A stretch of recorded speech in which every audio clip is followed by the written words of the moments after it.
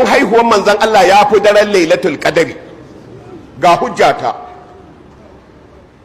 Yace daren Lailatul Qadri duk da take da darajar da take da ita, ba dan an saukar da inna anzalnahu fi Lailatul Qadri ba, to da ba za a ji duriyarta ba.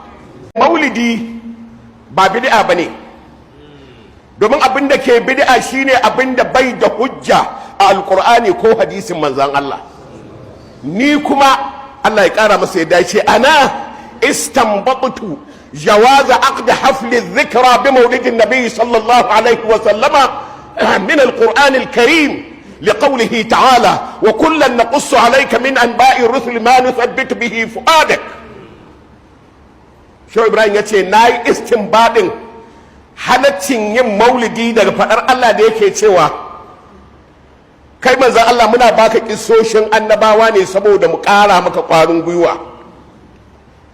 Shau Ibrahim ya ce ai ka ji kissar manzan Allah ya fi baka kwarin gwiwa fiye da a ce annabi an gaya masa domin ya samu kwarin gwiwa. Kai ka san annabi ba da shi ake ba da mu ake. Ya ce to ga mutum malam ina godiya. Tambaya ta biyu, wasu malamai suna cewa daren Lailatul Qadri ya fi daren haihuwar manzan Allah. Wasu kuma suna cewa daren haihuwar manzon Allah ya fi daren Lailatul Qadri. Ban san me malam zai ce ba.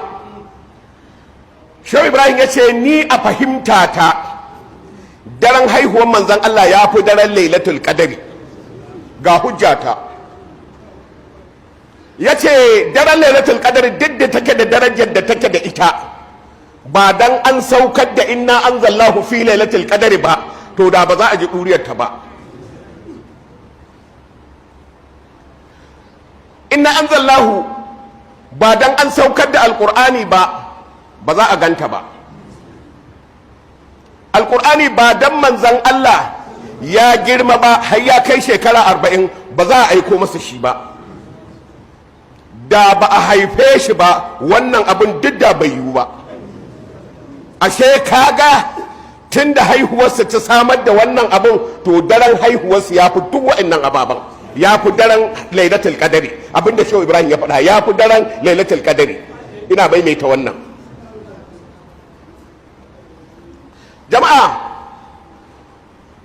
da maulidi abinda yasa ake yin sa, ana yi ne saboda nuna godiya da abinda Allah ya yi wa al'umma.